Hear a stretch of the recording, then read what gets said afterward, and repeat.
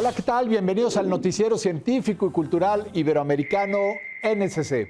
Acompáñenme en este recorrido de 30 minutos para explorar cómo el conocimiento y la cultura transforman nuestras vidas. Este espacio es gracias a la Asociación de Televisiones Educativas y Culturales Iberoamericanas, ATEI. Esto es lo más relevante de la ciencia y la cultura. Según informes del Panel Intergubernamental de Cambio Climático, el mundo ha perdido 267 gigatoneladas de hielo por año en las últimas 2 décadas. Suiza, un país de glaciares por excelencia, prevé las siguientes consecuencias. El deshielo de los glaciares suizos en 2022 está siendo alarmante. Esto debido al doble efecto de un invierno seco y una intensa ola de calor en verano. 3 kilómetros cúbicos de hielo se han desvanecido, lo que representa el 6% del volumen total de los glaciares suizos. Esta situación podría empeorar a futuro, como lo explica este profesor de glaciología. Si estos extremos continúan así, veremos desaparecer los glaciares mucho antes de lo que se teme. De acuerdo con los escenarios climáticos, se espera que para el 2100 todavía se vea algo de hielo en las zonas altas, pero si no se protege el clima, si no se reducen las emisiones de gases de efecto invernadero a nivel mundial, no quedará casi nada de hielo para el 2100. Esta situación es crucial para un país en el que la hidroelectricidad proporciona más del 60% de la producción total de energía.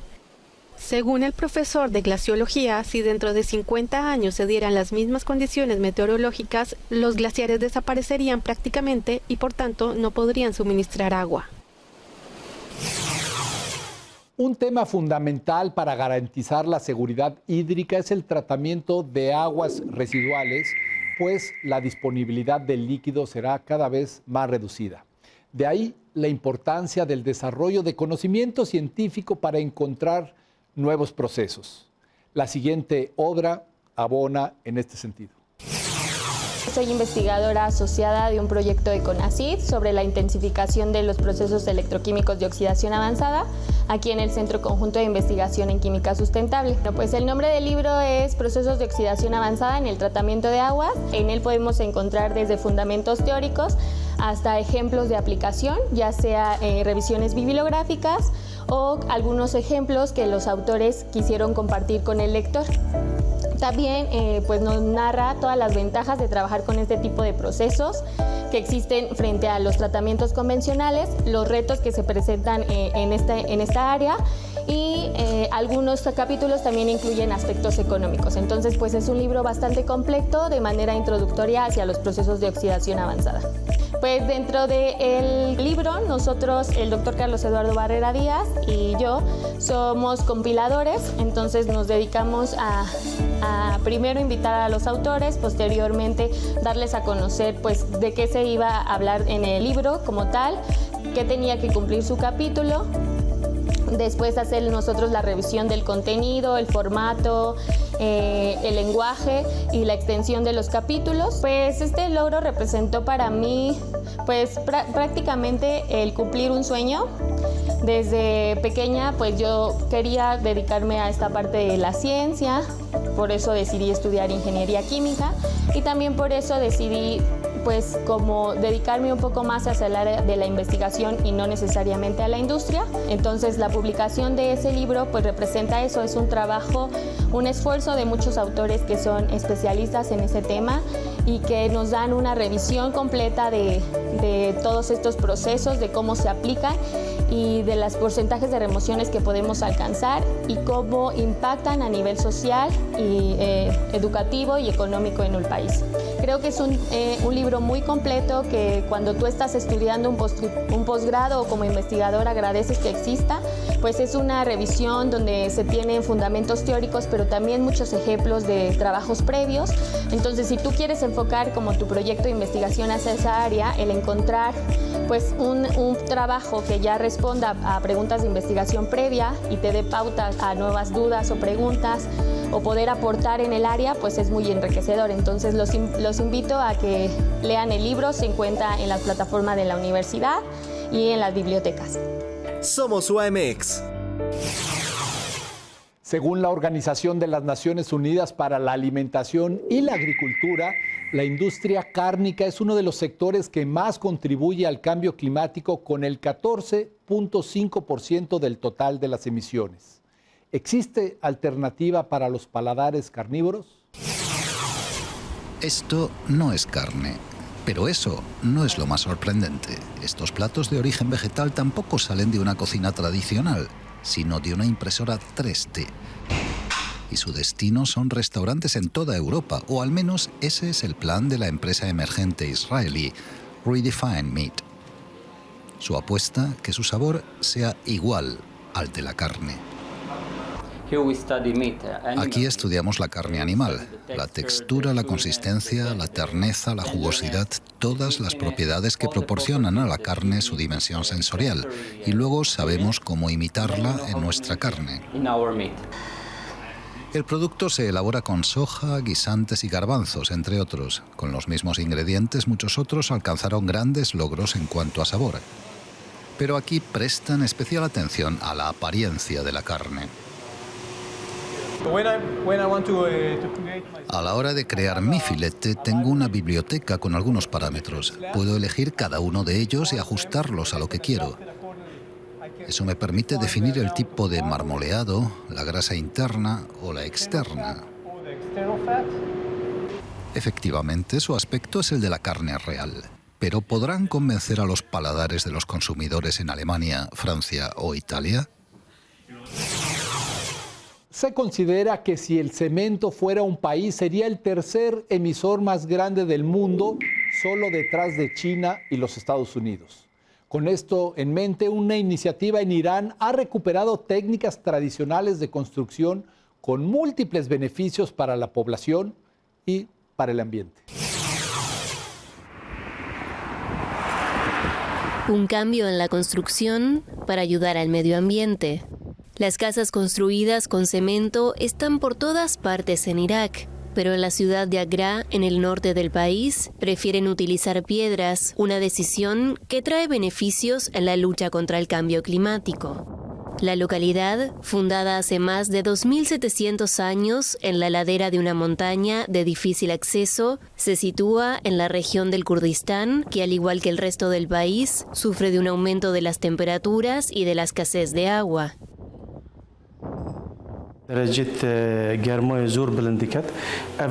Promovemos la construcción de casas de piedras para preservar la identidad histórica de la ciudad y reducir el cambio climático, ya que el cemento irradia calor, eleva las temperaturas y afecta al medio ambiente.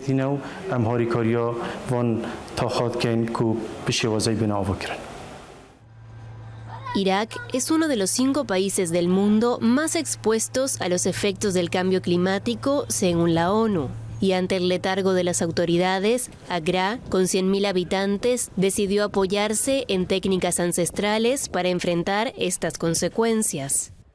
En esta urbe, las autoridades decidieron prohibir el cemento para la construcción y la renovación de la ciudad vieja desde 1991, año en que el Kurdistán obtuvo la autonomía de facto de Irak. Aún está permitido en los barrios que la rodean. Fue fácil para las personas construir con piedras, ya que es barata y está a disposición. La mano de obra está disponible y estéticamente construir con piedra puede ser más artístico que con cemento. Además de los beneficios para el medio ambiente, los esfuerzos para conservar el patrimonio arquitectónico de Agra podrían atraer el turismo. En el primer cuatrimestre de 2022, el Kurdistán iraquí atrajo a 1,7 millones de visitantes, ciudadanos iraquíes en su mayoría, según la Autoridad Regional de Turismo. Y ya que hablamos de nuestra huella de carbono, una empresa austríaca ha pensado que podemos contribuir a reducirla incluso cuando ya no estemos en este mundo. Estos son los ataúdes ecológicos. Un ataúd vivo hecho de hongos que se descompone sin dejar huella de carbón y que actúa de fertilizante natural. Es la alternativa ecológica y económica que ha presentado este viernes la funeraria pública de Viena. Austria es el segundo país del mundo donde la empresa neerlandesa Loop comercializa este producto, que ofrece la posibilidad de que los restos mortales contribuyan al desarrollo del ecosistema del cementerio central de Viena. En este nuevo espacio habilitado para este tipo de enterramientos ecológicos solo se podrán enterrar urnas y ataúdes orgánicos sin metales o componentes sintéticos para facilitar la descomposición y la regeneración del suelo. Las cajas, con un precio de 990 euros, están hechas de micelio, unos filamentos subterráneos de los hongos que crecen en 7 días sin necesidad de luz o agua. Además, facilitan la descomposición de los cuerpos y son capaces de aguantar hasta 200 kilos de peso. En solo 45 días se deshacen como fertilizante natural, lo que provoca un impacto positivo en el medio ambiente. Esto es el noticiero científico y cultural iberoamericano NSC. Síganos en nuestros canales de WhatsApp y Telegram.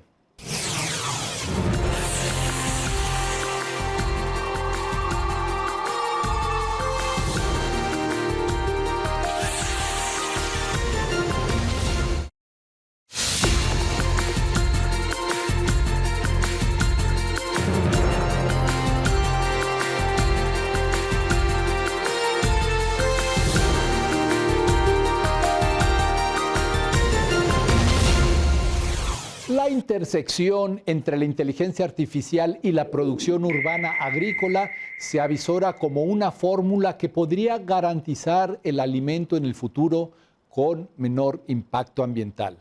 Conozcamos el huerto inteligente. Investigadores mexicanos crearon un huerto urbano que utiliza inteligencia artificial para cuidar los cultivos en búsqueda de reducir la huella ecológica y asegurar el consumo de alimentos en las grandes ciudades. Enclavado en el Museo de las Ciencias de la Universidad Nacional de México, el huerto es monitoreado por un software que envía información a la nube con respecto a los requerimientos de cada cultivo para mantenerlo en óptimas condiciones.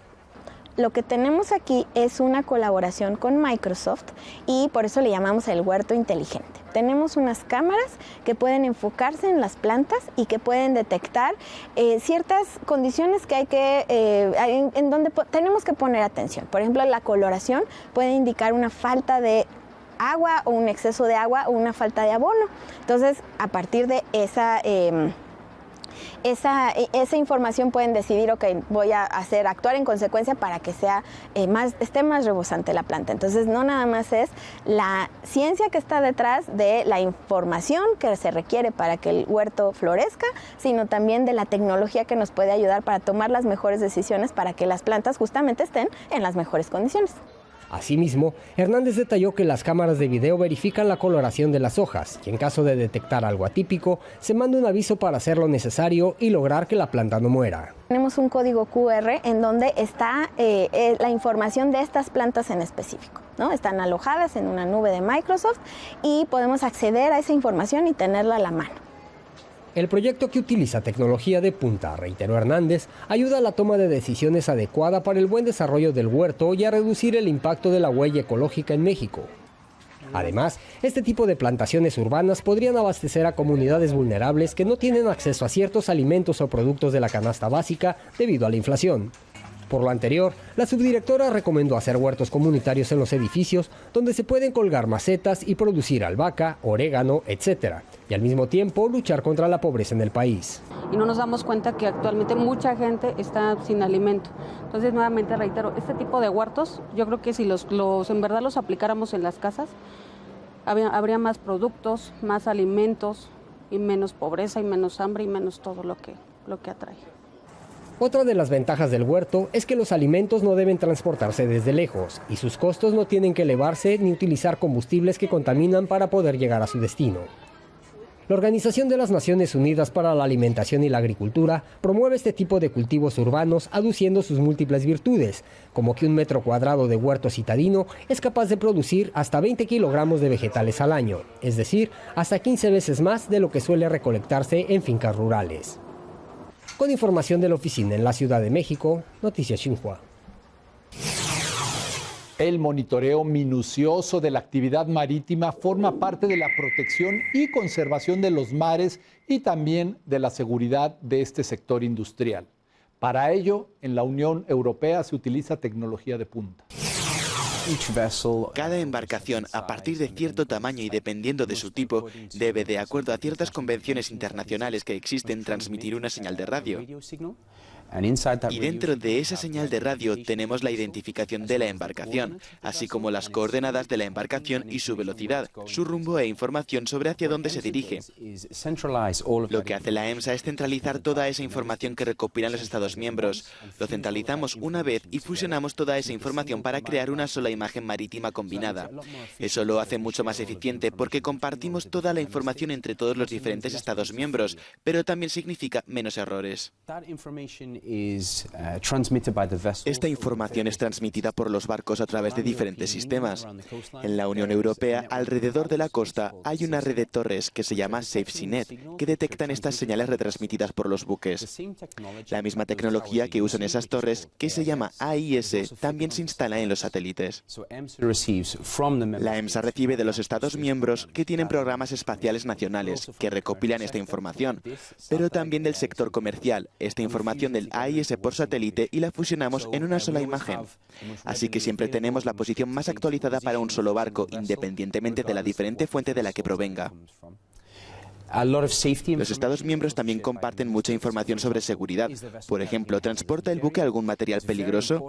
Es muy importante que los Estados miembros sean conscientes de ello, porque si hay un accidente en el mar, necesitamos saber exactamente lo que necesitamos desplegar en la escena para responder. ¿Necesitamos diferentes dispersantes químicos? ¿Hay un riesgo de explosión? Pero por suerte la mayoría de las veces no hay accidentes, así que cuando el barco llegue a puerto necesitaremos saber qué equipo hace falta para descargar el buque de forma segura. Si hay un contenedor determinado que lleva algo peligroso, es posible que debamos tener un poco más de cuidado cuando estemos descargando. Según el Instituto Nacional del Café Hondureño, en este país, esta bebida es el producto de mayor importancia en la agricultura y la economía. Unas 100,000 familias se dedican a esta actividad que enorgullece a los hondureños por su calidad.